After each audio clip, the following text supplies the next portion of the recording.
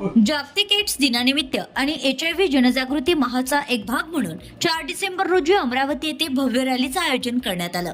सामाजिक संस्थांच्या मते यंदाची रॅली ही अत्यंत ऐतिहासिक ठरली आहे। जिल्हा सामान्य रुग्णालयातून या रॅलीची सुरुवात संचालक महाराष्ट्र राज्य आरोग्य सेवा तसेच अतिरिक्त प्रकल्प संचालक महाराष्ट्र राज्य एड्स नियंत्रण संस्था मुंबई डॉक्टर विनोद कंदेवाळ यांच्या हस्ते हिरवी झेंडी दाखवून झाली।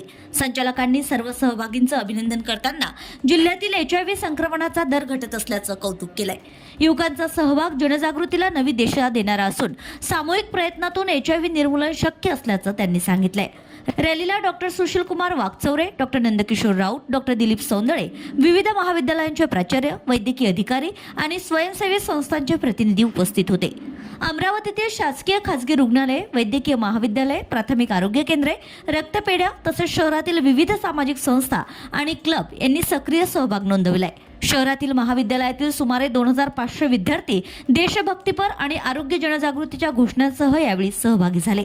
रॅली जिल्हा सामान्य रुग्णालयातून सुरू होऊन कॉटन मार्केट, जयस्तंभ, श्याम चौक, राजकमल मार्गे पुन्हा रुग्णालयात परतली आहे। एकजुटीने HIV एड्सला लढा देऊ या संदेशांसह ही रॅली यशस्वीरित्या संपन्न झाली। Bureau report RCN news.